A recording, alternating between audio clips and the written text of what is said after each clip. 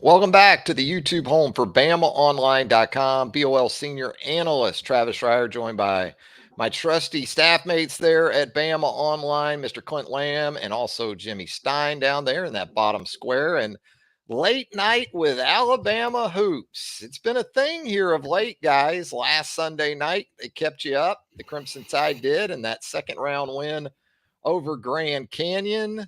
On Thursday night, it was worth the lack of sleep that we're dealing with, obviously, on this Friday, as Alabama with a win for all time. Jimmy, I know you're on record already saying it's the biggest win in Alabama men's basketball history. Did I read that right?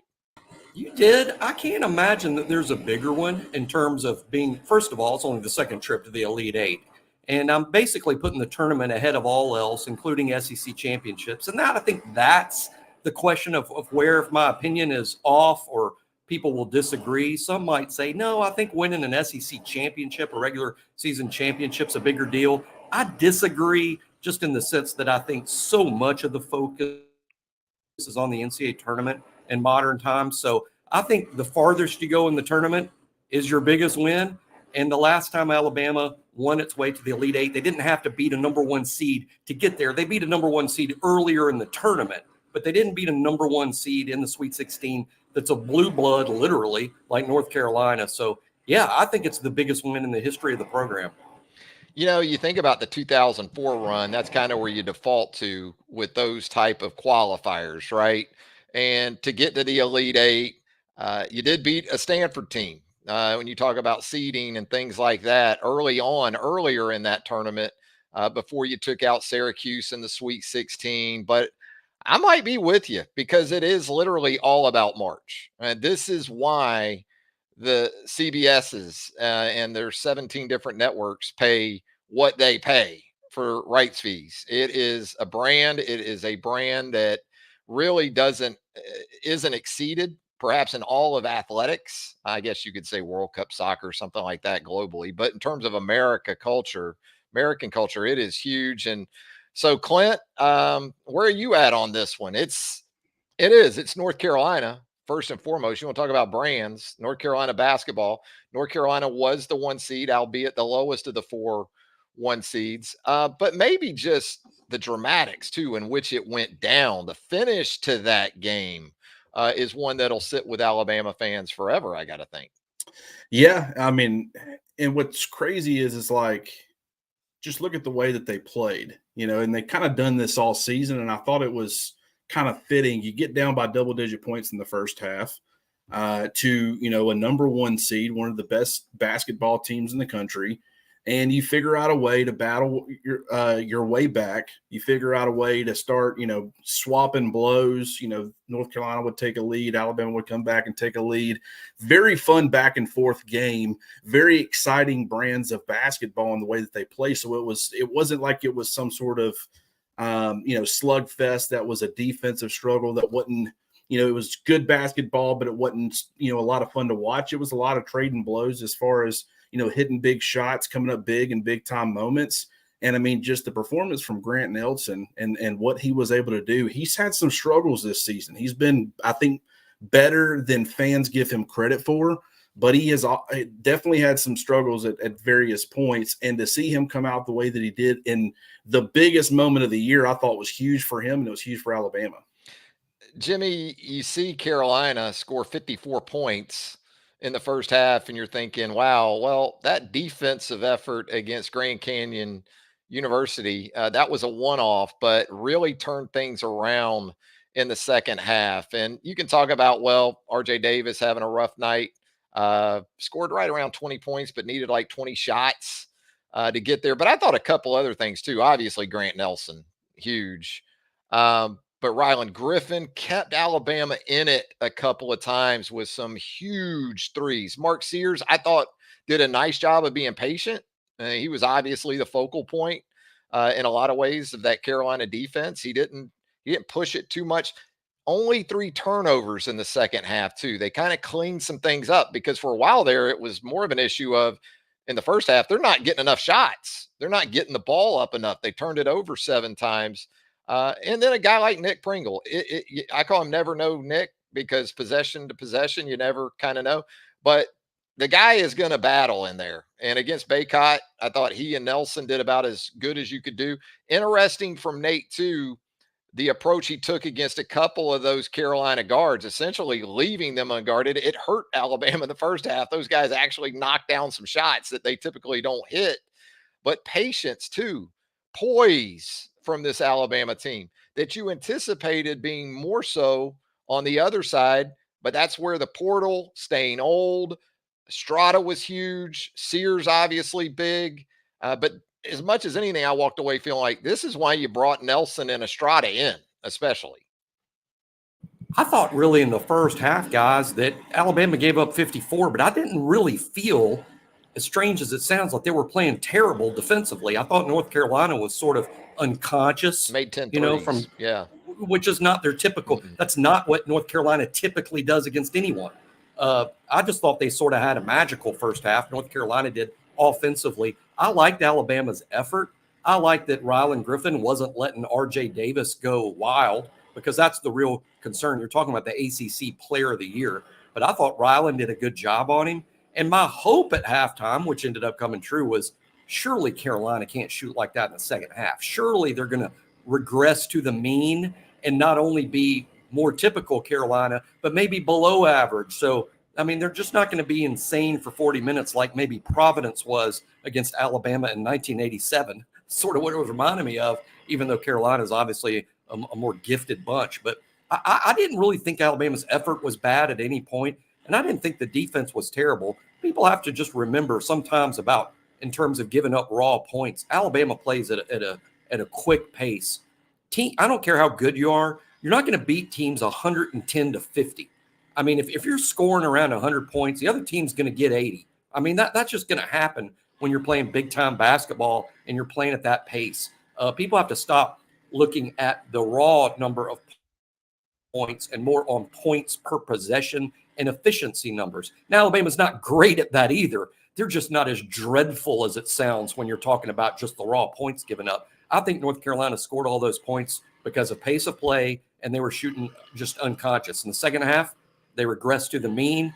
Alabama ratcheted it up, and Grant Nelson put the team on his shoulders in the second half in what was maybe the best performance in Alabama history, once again, in an NCAA tournament game. What Grant Nelson did in terms of points, rebounds, block shots, over 10 free throws made, 100% shooting from three-point range, unprecedented in NCAA tournament history, not just Alabama. Yeah, the second half, Carolina, you're right. After making 10 of 16 from three, and Cadeau and Trimble were those two guys that Nate obviously wasn't going to close out hard on. And they hit some shots in the first half. But then you get into the second half, and Carolina goes 2 of 16 from behind the stripe. And as you said, Alabama ratcheted things up, played with a toughness and a maturity down the stretch. You know, with about 5 minutes to go, Clint, Alabama had hit Carolina with a surge and had gone up 5. Grant had gotten it going in that stretch, really. And Hubert Davis calls a timeout, and Carolina does what a historically elite program does in that situation. They hit Alabama with a haymaker. And I'm thinking, you know what? Carolina is going to close out both these halves, and that's going to be the story of this game. Carolina had the run to end the first half, and then they're going to have the run to end the second half, because that's what North Carolina historically does. But I'll be damned if Alabama didn't answer down the stretch. And I wouldn't go so far as to say it was a shock, but it also wasn't something that maybe I was anticipating all that much in that situation. Yeah, I thought in the second half when North Carolina came out, pretty flat, I didn't think Alabama was taking advantage enough of those opportunities that North Carolina was presenting. And then you knew at some point North Carolina was going to start to get hot again. And, and that's exactly what happened for a brief stretch there. And it was like, okay, I mean, kind of here we go. Alabama didn't take advantage when they needed to, and they're going to probably end up paying for it. But once again, this team has battled and overcome adversity. They've had some really rough moments. They haven't overcome the adversity in every game that they've played in. There's certainly been some games where it kind of seemed like they folded a little bit, but there's also been a lot of games where they could have folded and they kept battling back, kept figuring out a way to make a game competitive and then come out with a win. And I just thought that, with the way that we've questioned this team at times, as far as they'll beat up on those, lesser opponents, good opponents, not great opponents. But anytime they play kind of anybody with, a pulse, they really have struggled in those types of games. And just to win this one, I think is going to give them a lot of confidence moving forward, because they've kind of overcome that obstacle. But it wasn't like they came out and North Carolina had a terrible game, an off game where they, didn't play their brand of basketball. They kind of did what they did for the most part. They had some droughts. They kind of struggled, as we've talked about, as far as their shooting, but Alabama beat them when they were playing pretty good basketball, and I think that that's big as far as their confidence moving forward. It should be. And you speak about moving forward, Jimmy. It's those Clemson Tigers, who the Alabama Crimson Tide saw in late November in Tuscaloosa as a part of that SEC ACC challenge. And when that game was announced last year in the preseason, offseason, leading up to the current campaign, I had some Alabama fans scoff at Clemson. Yeah, Alabama should be playing Carolina. Alabama should be playing Duke. I get that. Nate has taken this program to a point where that's what you want. And it's become more and more of what you expect in matchups like that. But little old Clemson basketball went right into Coleman Coliseum and won pretty convincingly. And I guess I missed a lot in between that and what's coming up on Saturday night in LA. Because when I watched Clemson, Arizona in the lead up to Alabama, North Carolina, I saw a lot of that same team that I saw take down Alabama in late November. But here Clemson is as a 6 seed, kind of asking myself, how did that happen? Because I was very impressed with Clemson. They're a team like Alabama. They've made good use of the portal. They're older. And it's also a matchup that stylistically, Clemson was going to want to slow this thing down a little bit more. They're not going to want to get into a track meet with Alabama. I think the emphasis for Alabama is going to be half court defense and being disciplined enough to defend for 30 seconds in the shot clock, because we saw it with Arizona. I thought, especially late in that game on Thursday night, they broke down and you saw Clemson able to slip some things on some back doors and some cuts. You're going to have to be locked in, I think, on that end of the floor, Jimmy. Yeah, older, bigger. They're going to want to control tempo. They did a good job game plan wise against Alabama back in November. PJ Hall is a beast. He's difficult. He's a big-bodied, talented kid. He's going to be a tough matchup for us. You might have to put Grant Nelson on him, in the sense that he's not just a banger that you can put Pringle on. PJ Hall has some range to his game, and he'll play away from the basket like Grant. And when you have a tough defensive matchup, sometimes it takes you out of your offense because you're expending so much energy on that end of the floor.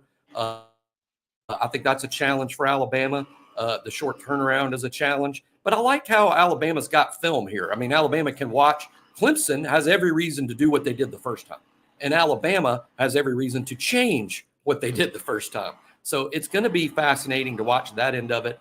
I think it'll ultimately be a battle of tempo. Alabama's going to want to run. Clemson's going to want to slow it down. I almost think you can pick the winner. Hey, look, if this game's in the 60s, Clemson's going to win. If this game's in the 90s, Alabama's going to win. If it's in the 70s or 80s or low 80s, it's going to go either way. And that's probably what we're going to end up with. I think it's going to be tight. I think it's going to be fun. Alabama's playing with house money. A lot of people are going to say that. But there's also some pressure here because you've never done it. You've never done it. Now, it's not that Clemson's done it all the time either. I mean, you got kind of two similar-ish, basketball histories. One of these teams is going to advance to the first Final Four in their program history. One of these teams is. Yeah. So both teams are facing that. And again, these teams have a similar-ish history. Football first, but good success in basketball, just not this level of success. So it's a new stage for both of them. But Clemson's going to be a challenge. They've got Alabama's attention. You can't get your attention any more than already losing to them. So I like Alabama's focus here, and I like Alabama's chances. Yeah, you got a couple of offenses, too, in the half court that like their bigs to kind of initiate the offense, maybe in some different ways. The chef for Clemson. Kind of looks like retro Roy McIlroy, with the hair and the body type and everything. But the dude can flat out ball. And so he's going to be a challenge. You wonder about Nick Pringle and his health. We saw him have that foot situation, came back and battled through it. Gutty performance. And then something we haven't even talked about that plays into Jimmy's claim about where this win ranks in Alabama men's basketball history. No Latrell Wrightsell. You didn't have Latrell Wrightsell, and you still got the job done, Clint. Yeah, and that's absolutely huge. And, when you look at the team in general, I want to get y'all's thoughts on this. I mean, and I think that who has overachieved more? Was it Alabama's football team based off of, after the Texas game or the USF game a week later, the way that team was perceived getting to the college football playoff, or is it the basketball team? Now that still could be a TBD based off of what happens on Saturday, but just let's say that, things come to an end. I just think it's fascinating how both the football and basketball teams in the same year, it kind of felt like there was talent. You thought that they could be pretty good. There was some deficiencies. You worried about how that was going to affect them. And it certainly affected both teams at various points throughout the season. But the fact that they both have done something so incredible as far as Alabama making the college football playoff like they did back in January. And then, of course, what's happening now with only the second Elite Eight appearance in program history, which one would y'all think overachieved more based off of expectations and kind of what they've achieved? Alabama football wasn't picked 5th overall in the league, I don't think, back in the preseason. And I'm of the belief that it's harder to win a national championship in basketball than it is, or it has been in football. Now, as we get into the 12-team and 14-team playoff, I could change my way of thinking about that.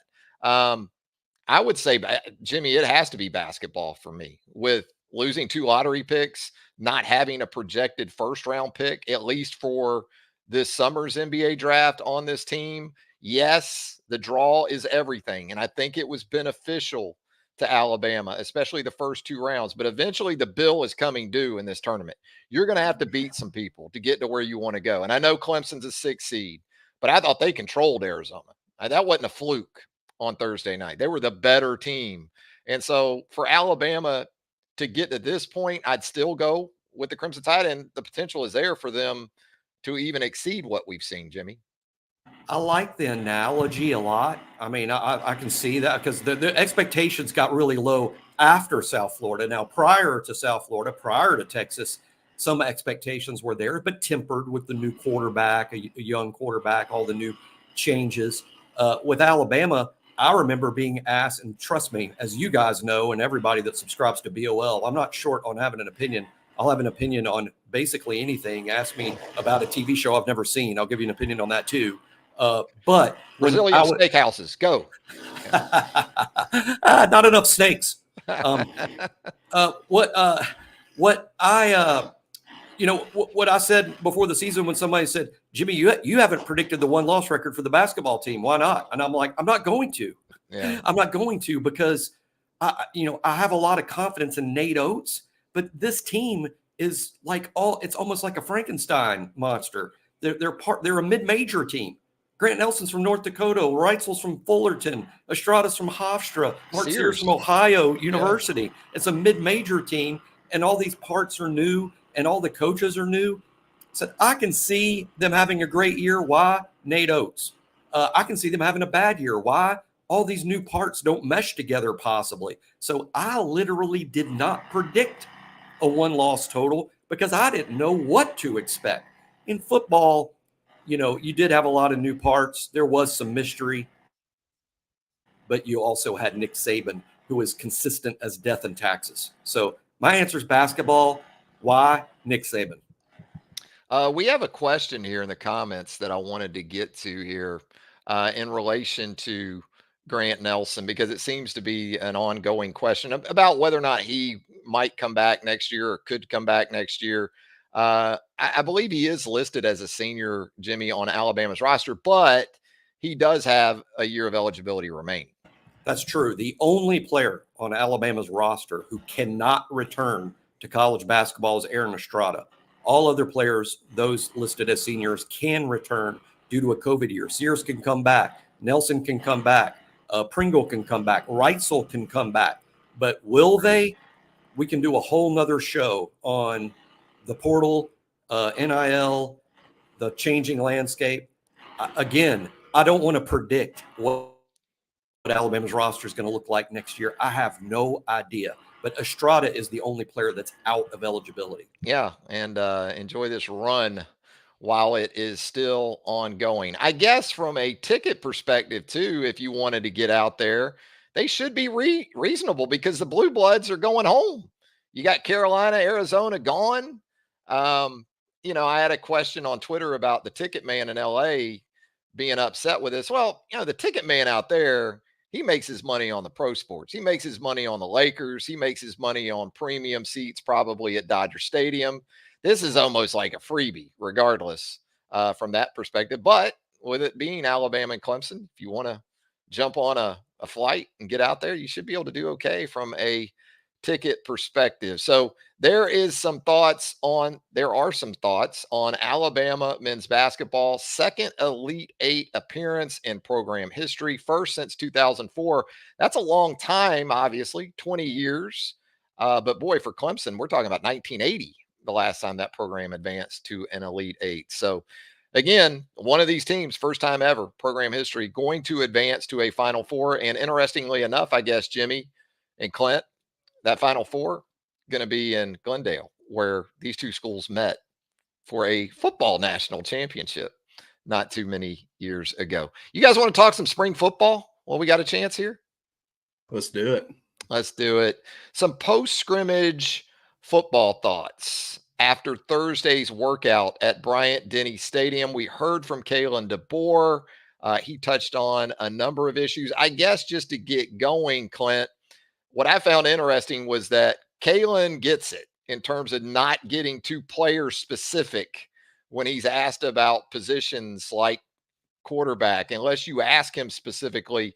But what we'll do too is I'm going to bring up these comments from BamaOnLine.com, everything that Kalen DeBoer said, and we'll work through some of these. Let me see here. Make sure I've got this right. Yes. So we'll start with Kalen DeBoer on Jalen Milroe. Once again, Clint, seems like Kalen's very happy with what he's seen from Jalen Milroe. I thought he kind of emphasized that he is still growing as a passer, but really loves this guy's ability, who wouldn't, as a dual skill set, as a guy who can make plays with his legs, which, I continue to wonder, Clint, we thought with Tommy Rees, it was a given that Jalen Milroe and his legs would be incorporated into the offense. Kalen DeBoer comes in after what we saw from Washington's offense with Michael Penix Jr. at quarterback, and we're thinking, well, he's going to have to be more pocket-centric. But just in terms of what we've heard from Kalen DeBoer so far, it sounds like he might be more excited about the different ways he can utilize Jalen Milroe than what we saw from Tommy Rees, at least in the first month or so of last season. Yeah, and I know Michael Penix Jr. just ran, in the high 4.5s, a 40-yard dash. He's more of an athlete than given credit for. He's still not Jalen Milroe, in my opinion, on that front. I think that Jalen, with his size and his build, he can be a lot more of a punishing runner, as well as having that premier athleticism. It's not Cam Newton. I'm not saying that it's Cam Newton, but it's more Cam Newton than Michael Penix Jr. for sure. And I think just having that element, you're not going to want to suscept him to a bunch of, big hits. I think that you are confident in the quarterback depth in that room, but it's not going to be something that you're going to willingly put him at risk as far as, taking a beating, unless it just has to happen at key moments of certain games. But I thought, as far as what Kalen DeBoer said about Jalen, when you have the first thing that he mentions was he's been super consistent. I think that super consistent part is important because he's lacked consistency, in my opinion, or at least he did last year at various points. And so, but you saw the flashes. The flashes were absolutely there. There's a reason he finished number 6 in the Heisman voting. He had a very productive year, but it was kind of up and down at different times. if he can become a more consistent player, which you would expect in year 2 as a starter, and you would expect with a quarterback developer like Kalen DeBoer, the sky's the limit for this guy. I mean, I don't think anybody questions what he can be. It's will he get there? And I think based off of his own work ethic and the fact that he's got a guy like Kalen DeBoer and the rest of that offensive coaching staff, and he's got some surrounding talent, I don't think he could be in a much better position to find that success. And I'll be curious to see if he's able to do so. Jimmy, he was also asked, Kalen DeBoer was, following the scrimmage, about how the reps were distributed, and he was quick to answer that Jalen, for the most part, took the ones. I guess from DeBoer's comments, it was good to hear anyway that those 4 guys, in terms of administering the offense, as he said, staying with plays, checking protections, and also making plays, throwing the football without turning the ball over, maybe most importantly, stood out in that follow-up. I think a real strength is the room itself, the depth of talent in the room. It's so different than last year, guys. Last year, it was, will someone step up and be QB1 out of what's a little bit of a messy situation? We don't have a lot of good options here because everybody's so young. No one's played. We don't really have anything to rely on here. And then Milroe ends up proving to be, by far, frankly, the best option last year. This year, multiple options. This year, Ty Simpson may be ready. He's either close to ready or maybe he's ready. Austin Max had a redshirt year. Dylan Lonergan's had a redshirt year. They're a year better than they were a year ago when they were diaper young. But now they might be ready. There's no doubting the physical skill set of any of the 4 guys. So I think the depth of talent is a real strength here. It's going to push Milroe, who's clearly QB1 and has earned that and deserves that. What I look at in these quotes that Travis is putting up on the screen here, all coaches do some level of coach speak. All of them do some level of it.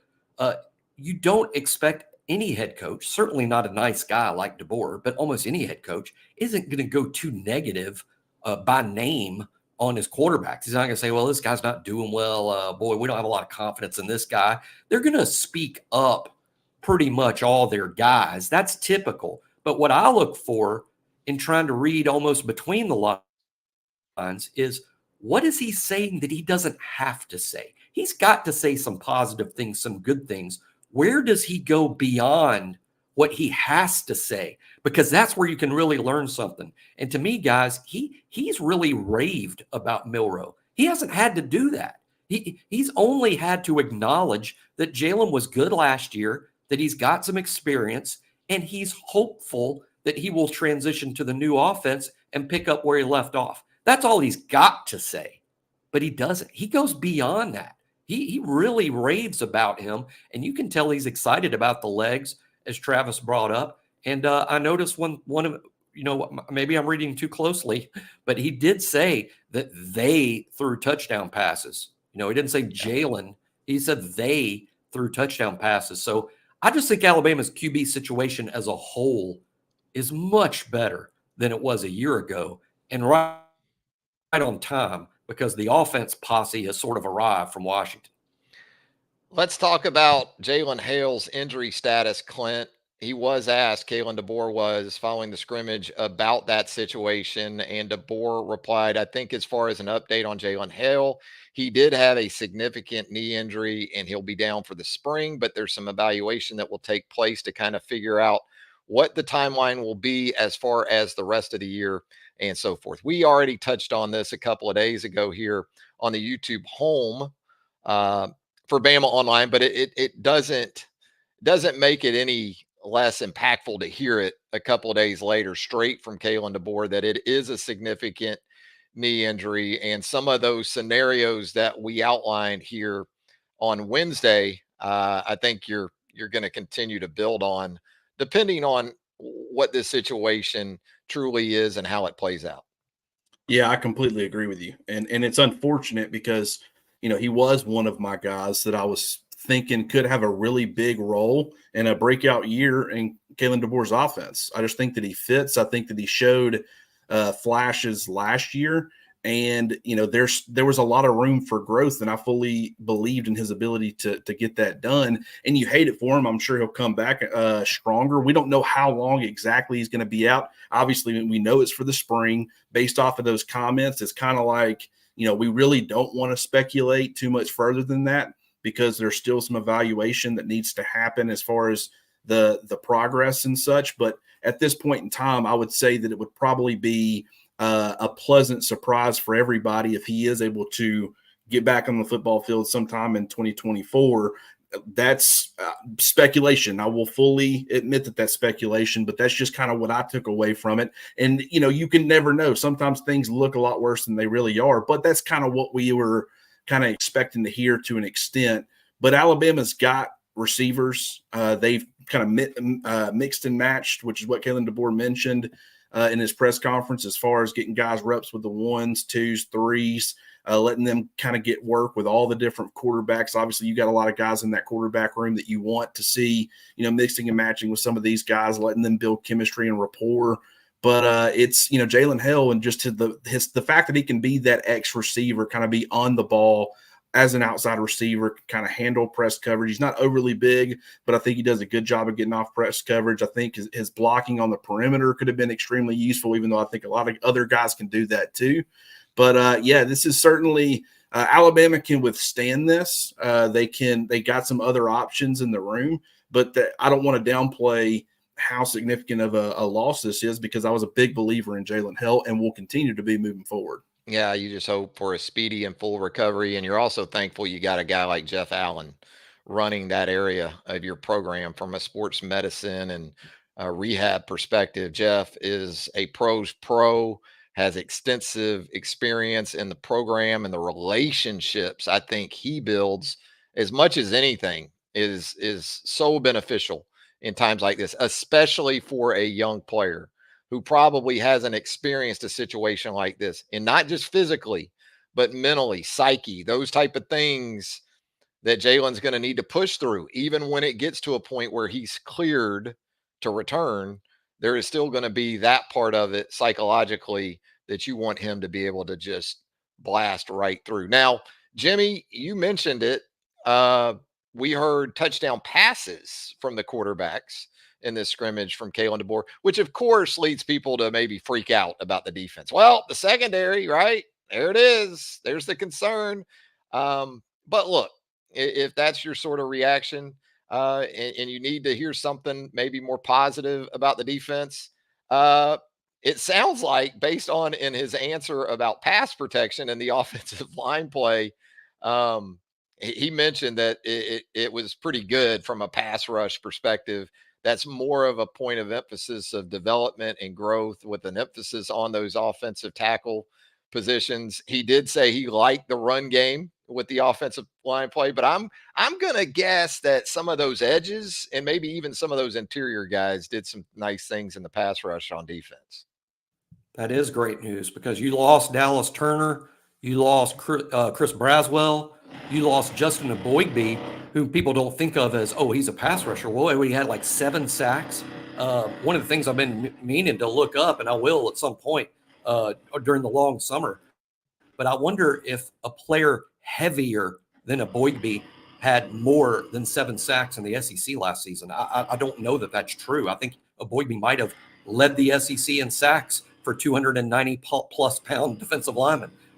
So he was a good pass rusher a year ago. Obviously, Turner and Braswell speak for themselves. You got to replace that. The fact that Alabama had a good pass rush in scrimmage number 1 with what amounts to new guys in those roles, that's outstanding. That's good news. Now, I agree with Travis, who kind of inferred, hey, this could be some offensive tackle issues here. And DeBoer inferred that himself, and it probably is. We knew, hey, if there's a big problem right now, it's the offensive tackles. I mean, that's the biggest problem we see on the team this spring. The good news is you don't have to play the games this spring. You've got until the fall, so you can address that through the portal, and basically they've done a lot of the work there with the Caden Proctor story. So it's going to be an improving situation for Alabama at tackle, but it is good news that even against maybe not premium SEC tackles at this point, that the pass rush is showing up, because that was a question mark. And I guess you could say an early question. It hasn't been answered, but there's evidence that it might be. Clint, sticking with the defense, something we haven't gotten in depth about, or I haven't anyway, as much, is depth at those inside linebacker positions with Jihad Campbell, Deontay Lawson. You got a couple of legit high level power five guys at the mic. I guess it's the stinger these days, the weak side linebacker position. But DeBoer was asked about Jeremiah Alexander, who has made that move from edge to inside. Guys like Jeremiah Alexander, Justin Jefferson. Right now, at least, before we get to mid April, that situation looks pretty good too. And Alexander's continued growth. I wondered a little bit about his fit into this defense going from the previous defense, but um, it sounds like DeBoer likes that physicality and the edge that Alexander brings to that position. Yeah, and I think that's important because we've talked about the inside linebackers. Obviously, you got two of the best starters in the country in Deontay Lawson and Jihad Campbell. But from a depth standpoint, kind of where do you turn? You expect a guy like Justin Jefferson to kind of be, that next man up at the stinger position. I think from the way that position likes to play, or like the way that Womack likes to utilize that position, I think it would fit a guy like Justin Jefferson. I've kind of said that if something happened to Deontay Lawson in season, I wouldn't be shocked at all if they moved Jihad Campbell over to the Mike spot and inserted Justin Jefferson into the starting lineup at stinger to replace him. Now you start hearing about Jeremiah Alexander, and I had the same kind of questions you did about his potential fit. I'd even considered if they weren't so loaded up at the Wolf position, I thought with the fact that, you felt confident in his ability to play some off-ball linebacker, which is what he started doing last year. It's what he's doing currently. So obviously he's got that skill set on top of the fact that he can offer some pass rush. He's got an edge history. You start thinking, okay, maybe his lack of length out there on the edge, if he only has to play about 2/3 of his snaps on the football rather than 95%, which is what he was doing, in that previous defense under Nick Saban, then maybe that would be kind of a better fit for him. It can protect him as far as that lack of length a little bit more. But he's remained at Mike linebacker. I've mentioned with Jimmy, as we've talked, the way that he moves kind of reminds me a little bit of Jeremiah Trotter, former Philadelphia Eagles linebacker, very thickly built, 6'1". I think he was like 260 pounds, 255 pounds. So obviously quite a bit bigger than Jeremiah Alexander. But as far as the way that they're built, that was a different era of the NFL. Ray Lewis was 255 pounds back then too, and he lightened up as the game changed. So I don't think Trotter would be playing at 255 or 260 nowadays, just like Jeremiah Alexander won't be. But, they do have similar, bring similar skill sets in the way that they move and the physicality that they play with. And I think, one thing you have to say about Alexander, regardless of what defense you're in, physicality is pretty key. And so you love the way that he plays with some violence. And, if the transition's going well and Justin Jefferson's picking up on things and that's going well, you really start to feel good about that depth at inside linebacker because you've got two guys who have a ton of talent. I mean, obviously coming out of high school and coming out of the JUCO ranks, two of the, most highly regarded guys. But, it was a matter of what's their fit, what's their experience factor as far as, their potential impact. I think you got to feel a lot better about it if Jeremiah Alexander can continue to improve. And Jimmy, you think about the position that those inside linebackers deal with on a daily basis. DeBoer was asked about the running back situation, and something that we've talked about really since his hiring is that there won't be a devaluing of that position because, as he pointed out Thursday, they're going to throw it to these guys too. It's not just going to be run it. We saw it with Dylan Johnson. We talked about that before with Washington last season, 1,300-yard back. They also threw it to him. And it sounds like DeBoer likes the fit with the returning personnel. You also add a big back via early enrollment. So I thought it was a little bit interesting that he said he doesn't see a dramatic change from back to back, from Justice Haynes to Jam Miller to Richard Young, especially. What are your thoughts on that right now? Oh, exactly. And they are similar. I mean, I think Justice Haynes, Jan Miller, and Richard Young, those three in particular, they're not carbon copies. I'm sure they all three do something a little better than the others. But in terms of size, in terms of ability to run inside and out, in terms of catching the football and making a play in that way, I think that they're all really similar guys. The good news for Alabama fans is who cares if they're similar? The only thing that matters is, are they good?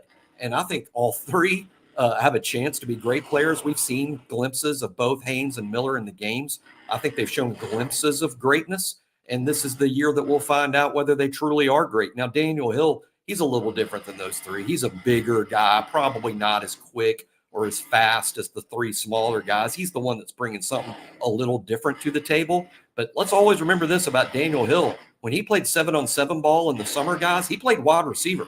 He played wide receiver on a 7-on-7 team. That impressed the heck out of me. I've liked him ever since I knew that. Ever since I saw clips of him playing wide receiver, I'm like, this guy could be a really interesting back. If he's that big and that gifted with his hands, he could be a real weapon. So I like him there, but he's unlike the other three. And to be honest, in terms of who's going to play this fall, I'll be shocked. It's going to take injuries, I think, for it not to be the Justice and Jam show.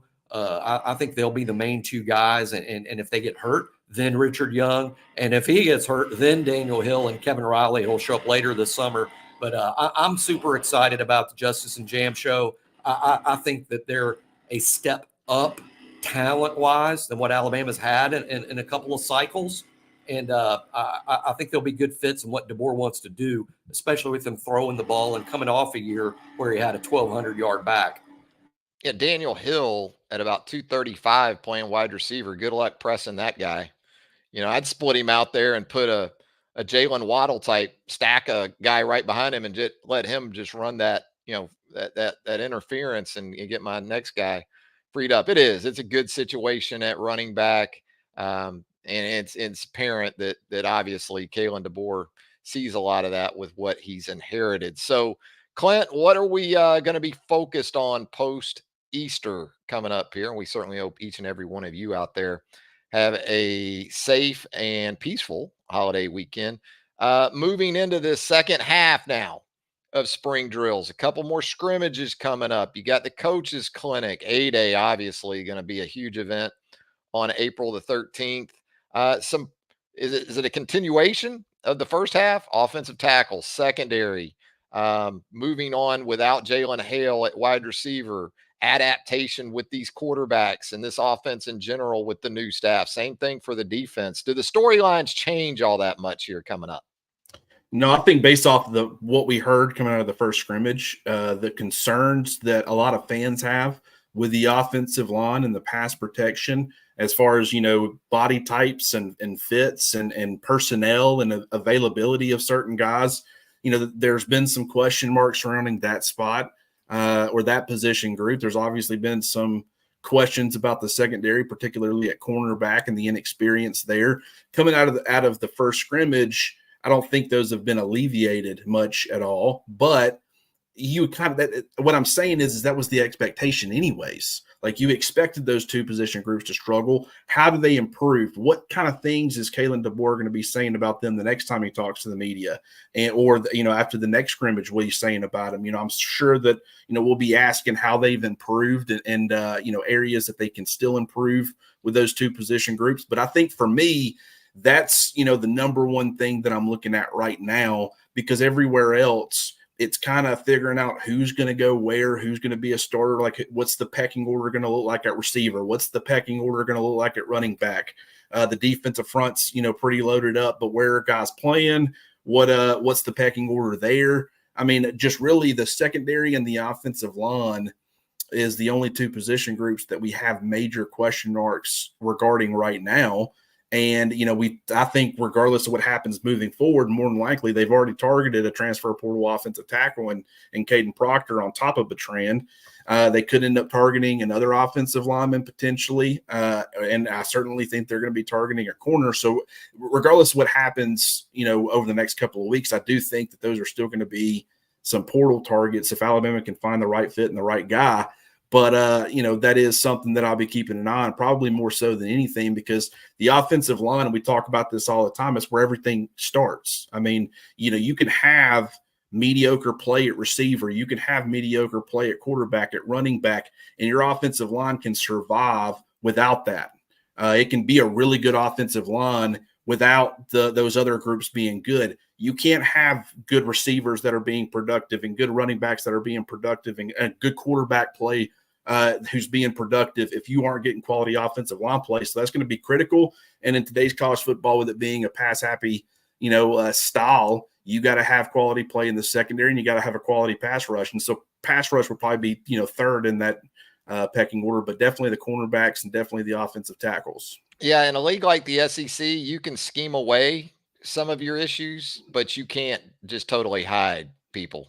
Eventually, they'll get found and found out in a lot of instances. And to Clint's point, Jimmy, I mean, these next 7 practices are going to go quick because there's not a spring break week between weeks like there was in the first half. So it's going to happen pretty quickly here. And as that transfer portal sits out there in the not too distant future, and really, does it ever totally go away? I don't think so.